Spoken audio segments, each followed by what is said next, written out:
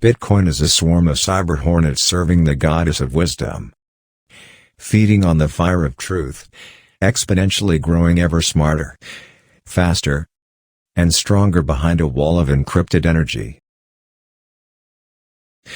I think my software is going to become so ubiquitous, so essential, that if it stops working, there will be riots. I basically got an education in software on DuPont's money, because they were too stubborn to admit that a recession was coming. My principal professional objective is to introduce intelligence as the ubiquitous utility. I'd like to be the Thomas Edison of intelligence. Whenever teenage girls and corporate CEOs covet the same new technology, something extraordinary is happening. Nobody has really grasped yet the great wealth that can be made selling data over the web. There are 100 million potential customers out there. I've developed a much greater respect for our politicians and every high-tech CEO.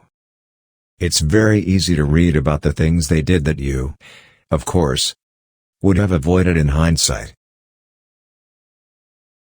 Companies that make keys, credit card companies, any company in the service business, anything to do with a consumer is probably a software company.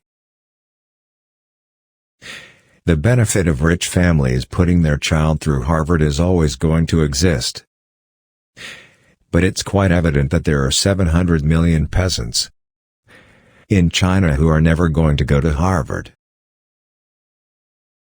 You could call me on the phone and say, "Someone blew up your entire house, Mike."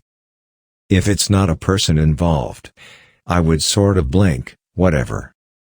That's all replaceable, right? The Saylor Foundation is meant to be a gadfly to encourage Google, Apple, MIT, Harvard, the United States government, and the Chinese government to aggressively pursue digital education. I'm not so naive as to think that everybody always succeeds, right? I mean, half of Shakespeare's stories are tragedies, right? When you're building a company, you need to continually strengthen every component: finance, strategic partnerships, executive team, and relationships with every last constituency.